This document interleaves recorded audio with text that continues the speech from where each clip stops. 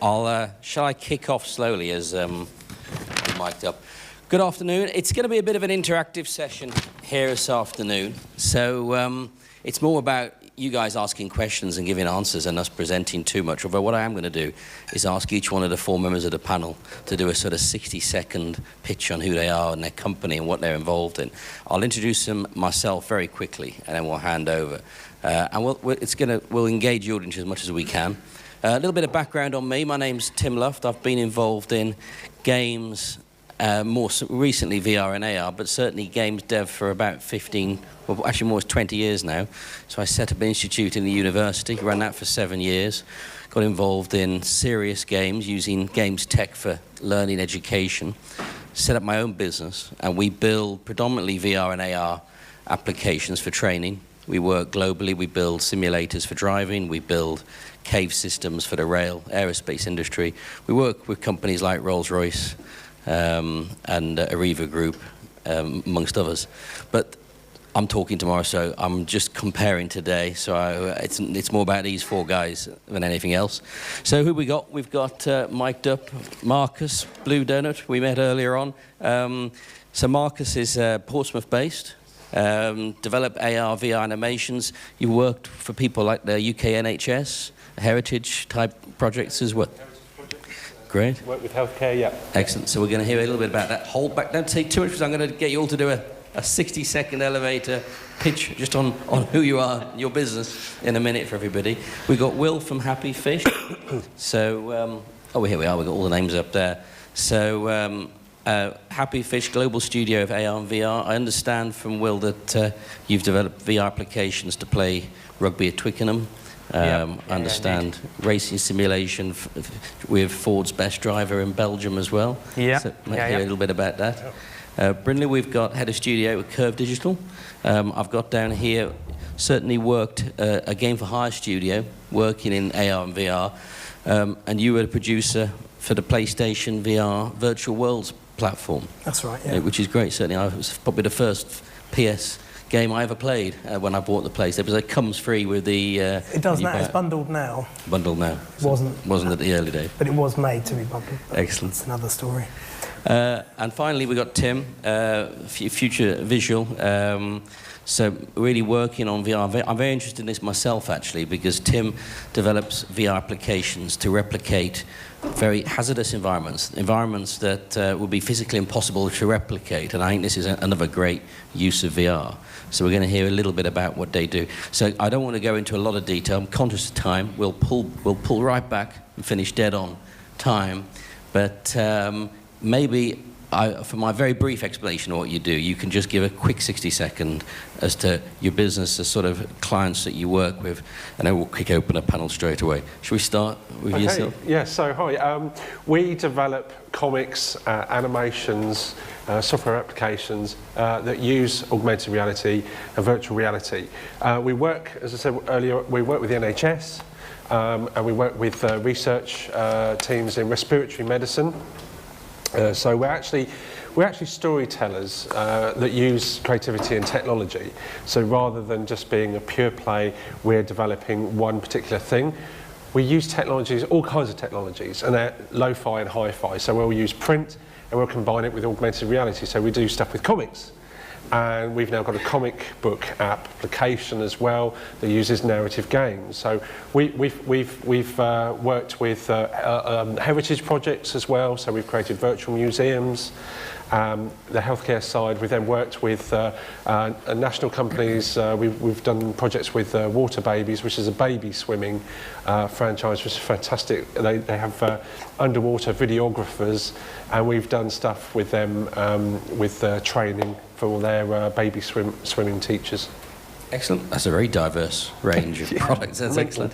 Okay, Will, do you want to say just 60 seconds? Yeah, I think you did a good mini introduction there, but yeah, we're essentially a global creative production studio. So we have offices here in UK, over in Portland and in Mumbai as well. I work for the tech division, which covers VR, MR, AR and AI, basically all of the acronyms out there. Yeah, I think we've got some good clients. I think it's more interesting who we're partnered with. Partnered with Google, so we get to do quite a few experiences with them. and with Microsoft's mixed reality department as well, so the HoloLens guys. So we get a good inside look on the future of what's going on within there, and they help us with leveraging new clients as well. So quite a diverse list as well. Excellent. Thank you very much. Cool. Do you want to make us a couple of Well, Curve Digital Entertainment is an indie publisher, but also we have Kuju, which is an old work-for-hire developer. And so I work with any internal development we're going to do that Curve publishes, but also work-for-hire projects externally. So we do traditional games, like we run the Guitar Hero live service. This is one of the projects we're doing. But we also have sort of dipped into immersive technology as well. Last year we did the Chainsmokers Paris VR, and that was for Sony Corp and Sony Music and Ralph Creative. So lots of stakeholders. It's an interesting project to do, really short, but has been received really well. And we're now working on our first AR mobile title, so we're using AR Kit, which should get announced at GDC, and we're quite excited about sort of playing around with that. Thank you very much. And Tim, last. Yeah, Tim Fleming, Future Visual studio based in Brighton. Our philosophy with VR work is making VR work. So it's like, how can we actually find a situation or scenario where what we're trying to achieve is impossible without VR? You can only have this experience using VR.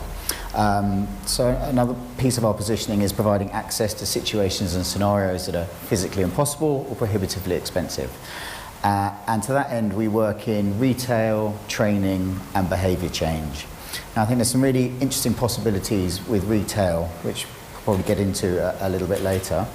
We've done work with IATA, the International Air Transport Association, so that was giving people access to aircraft that are on fire, that it's different climatic conditions, probably stuff you're familiar with. And then the behaviour change is a really interesting project that I'm sure will come up as we're discussing it. Thank you very much. Well, you all did a far better job than I did of introducing yourselves, so I'm glad you all did that. I am going to open it to everybody in the audience, and just and I'll put your hand up and I'll aim and just shout as loud as you can if we haven't got a mic. But if I kick off the first question for the panel, and then after that we're certainly open to go. An area that's close to my heart is using VR and AR outside pure entertainment. I mean, you look around this upstairs. I went around a lot of the stands, and there's a lot of games, a lot of pure entertainment games here. And I've built a business from taking that fun and engagement you see from computer games and rolling it out into other sectors of industry. And I think games tends to lead the way in a lot of areas. I think AR and VR is a good example of that. So I suppose my first question to the panel is do you think AR and VR has a major role outside entertainment? You know, and I think we've heard already as you've done your introductions. I think I know the answer to this, but certainly if you do, you know, and you've got examples of areas where you feel AR and VR is going to really make a game changer, really make a difference. We'd love to hear. I'll open it up to anybody that wants to maybe pick that one up.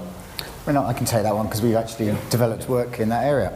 So, as I mentioned, you know, the piece with IATA was it was access to these scenarios, and what we try and do is always just find a business case. We've tried to move away from creating VR work just for a marketing project, or because the marketing manager wants to win an award, or because someone's gone, I want it in VR, and they don't really know why.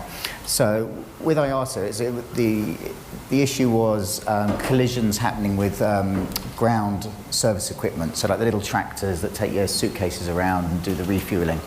And you know, when those things get knocked into an aircraft, it actually becomes a $3 billion a year problem, because there's delays as aircraft have to reposition around the world. This is a very tangible problem that can be fixed. And what happens in the training procedure is that the trainees don't get access to the apron because of security issues, and it's just difficult to interrupt that flow of an airport. And in the rare occasion that they do get out to the aircraft, it's like, okay, we're going to train you for a really dangerous scenario, and it's like, nothing's wrong with this plane, everything's running on time. Well, imagine that there's, a problem here. And quite often in these high-risk, high-value scenarios, you often find out that people just learn on the job, unless they're right at the top of the sort of training funnel, so pilots and people like that.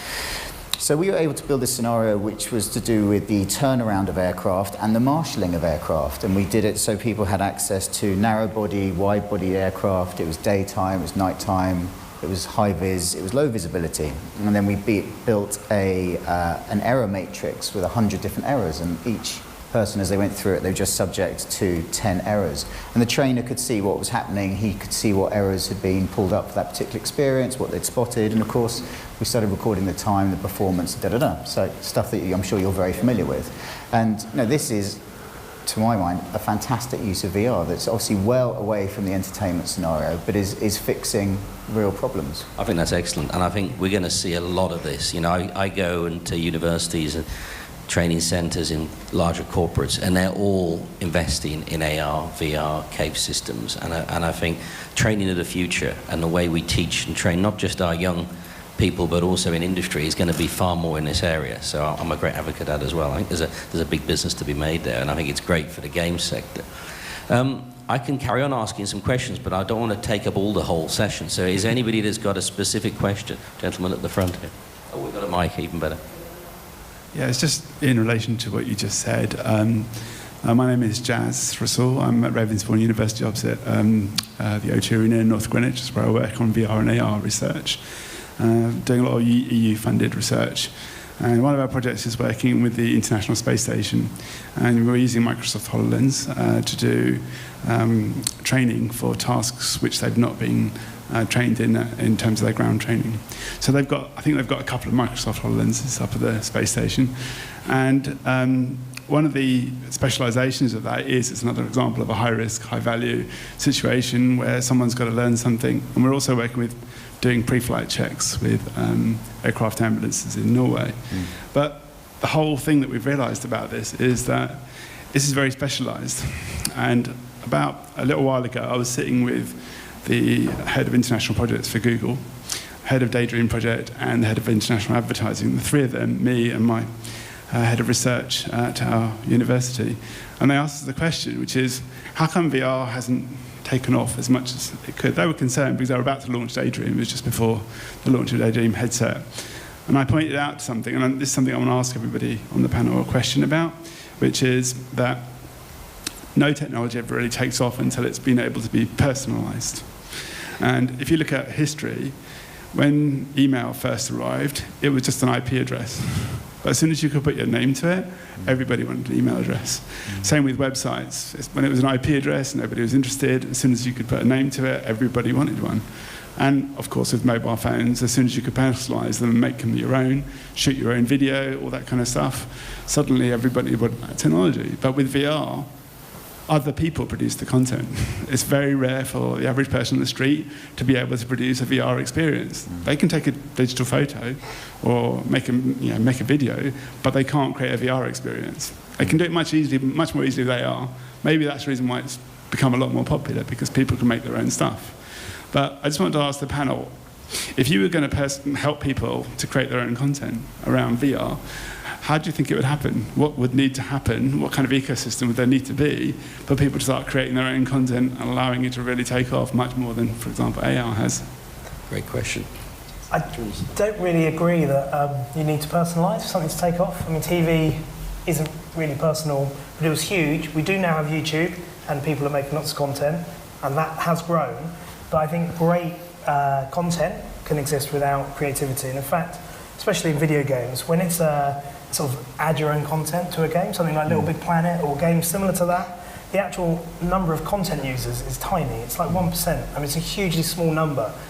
But the amount of consumers that consume that concept is much bigger. So, I mean, a lot of people are watching people creating content and enjoying it on YouTube and other platforms. But I don't think we actually do need it. And already on VR, I mean, there are pathways in.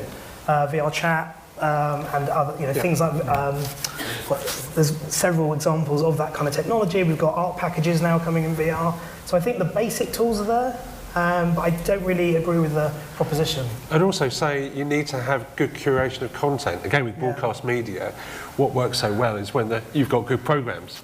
And again, I think you need good VR. You need to have good narrative, good content, good presentation, really good understanding of meaning. But the other side of it is actually you need really good technology. And the technology needs to be something we really don't give a damn about it, in a way. Smartphones, we're talking about email, etc. And that was very traditionally, that was a thing you sat down and you had to do. Whereas now it's very disposable. You know, I was just actually talking to somebody through Slack, and we were setting up a new user in a system just before I got on the stage. You know, it's now become so transparent to our everyday life. Ultimately, that's where you want to go. I mean, yes, you know, it'd be nice to have VR goggles or mixed reality, which were like, you know, these. We just put them on. We're a long way off, obviously, from there. But I think, you know, there's one thing I wanted to say as well, is that everybody that's doing something, everybody is collectively contributing to a final destination, which is incredibly powerful.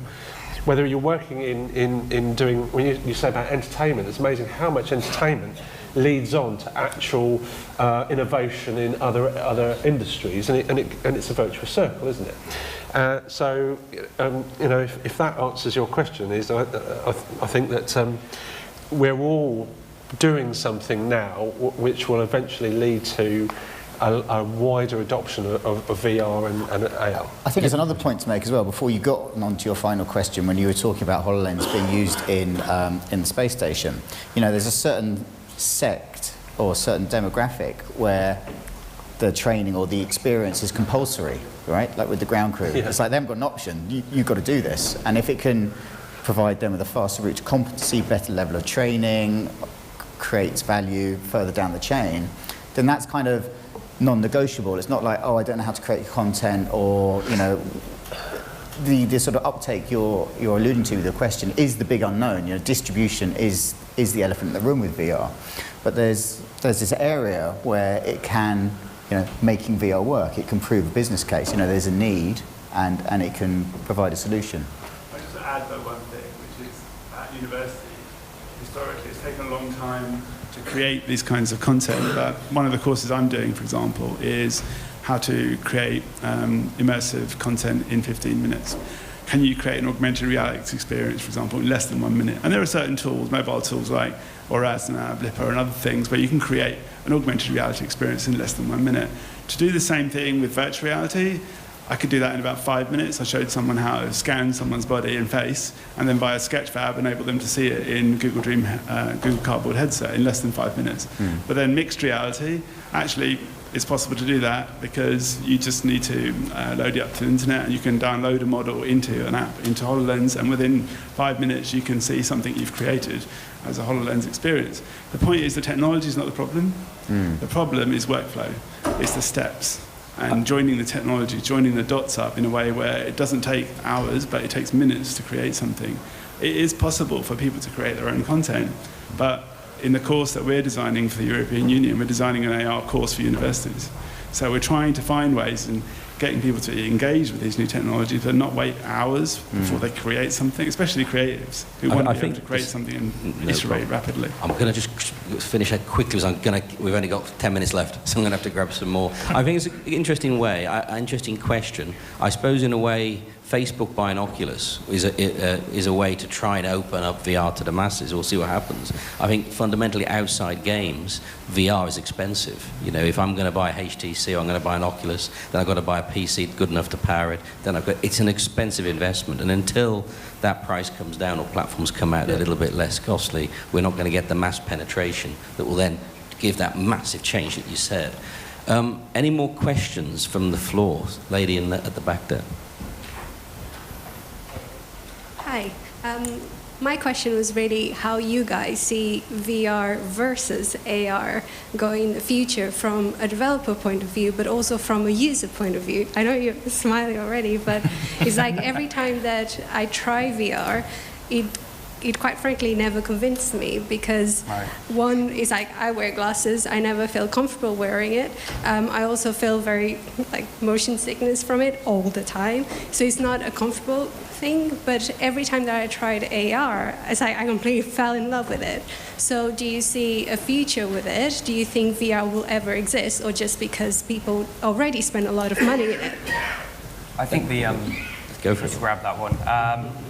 I think the kind of common discourse is that the two should be synchronous and AR and VR will overlap and don't focus on just the acronyms, which is true, but to play devil's advocate as well, I think AR is catching up and overtaking VR in terms of mass adoption Because at the end of the day, the peak of AR tech is now available in our pockets, and 85% of people in the UK have a top smartphone. So for the time being, I think AR is probably going to be adopted en masse, and like someone said earlier, you'll be using it without realizing that you're using it with street navigation and things like that. In terms of your bad experience with VR, unfortunately that's just because it's still new technology, it's new hardware, and it's down to creating great content, like you said.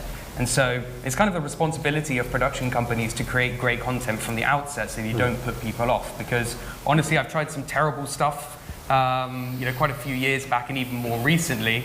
None of the stuff we did, so I should probably put that in there. But there are some amazing experiences out there where you don't get any sense of the nausea. In fact, I will use an example that we've created.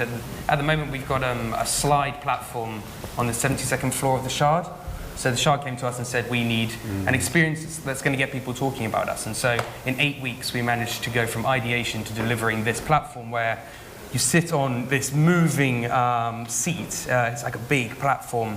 And in full 3D CG, you're sliding around the Shard and around London.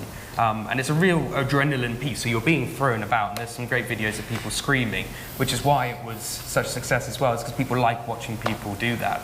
I think that's one for you later. So. Yeah. But the movement, even though it's quite sudden movement, because it's perfectly synchronized with the CG environment, there's no complaint of nausea. So it is down to the quality of the content more than anything else.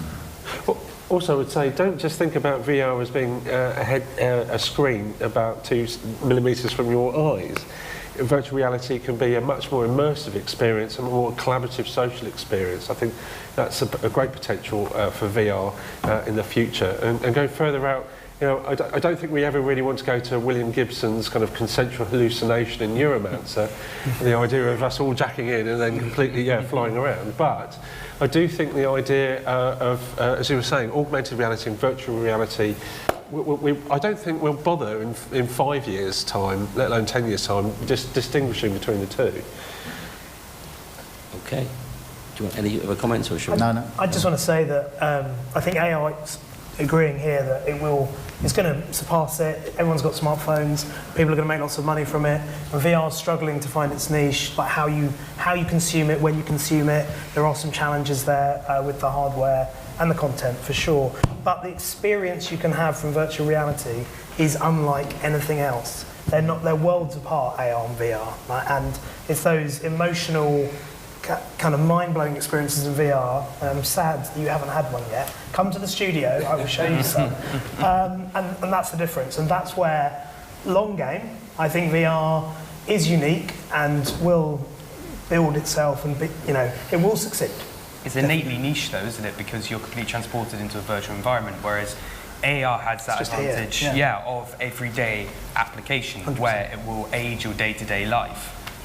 So like you say, VR struggles to find its niche. You will have one, but because you're completely immersed in a different world, then it probably doesn't have that everyday. Perhaps it's arcades, perhaps it's not home use. Is the I think you're right. I think we'll take one more question, but I absolutely agree with the panel comments there. And I think VR has certainly been the application when I've seen people emotionally moved by putting on VR. It's that powerful, and it can be, which is great to see.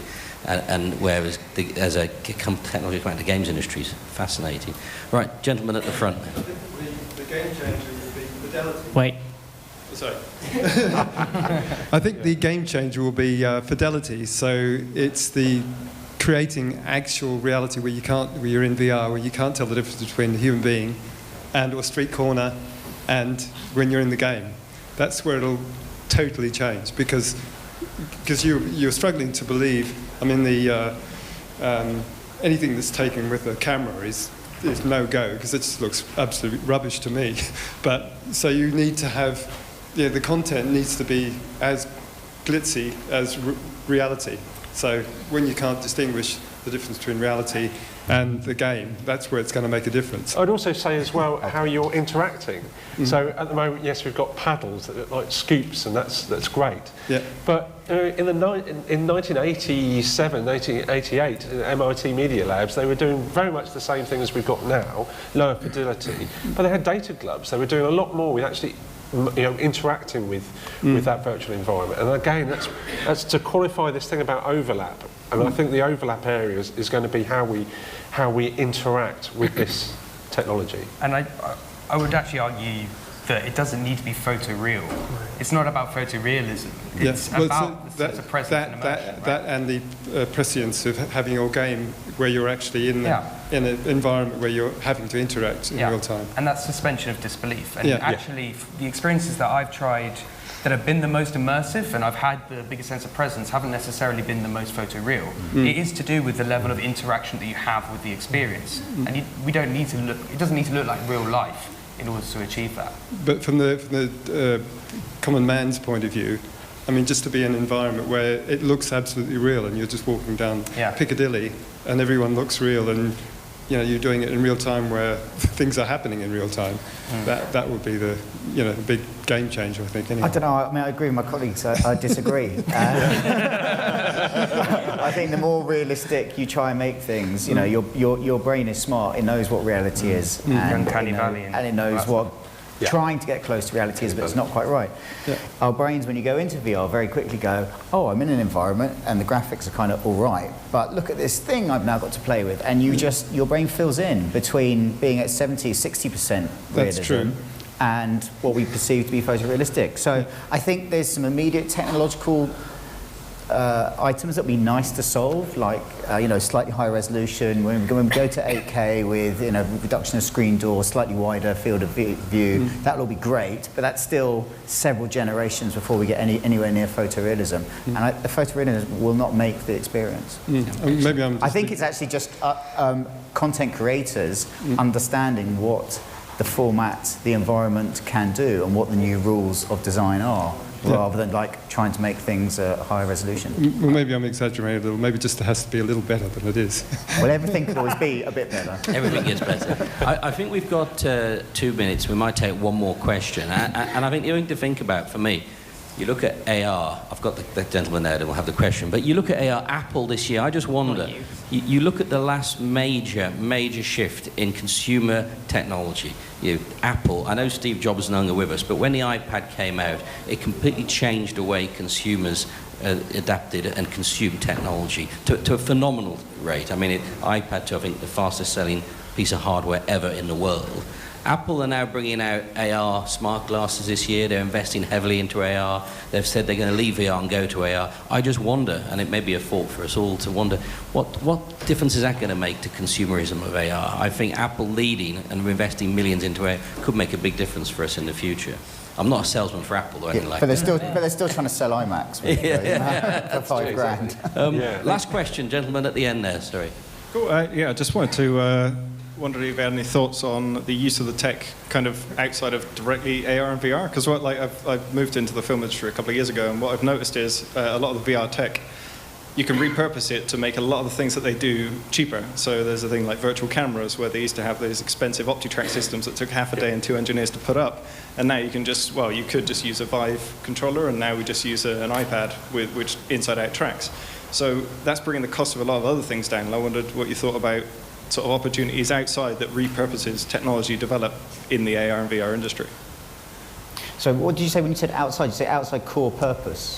Yeah. Like I said, like using the Vive trackers to make a virtual camera system, for example. I think there's some wonderful examples with the Vive tracker, like in fire training simulation.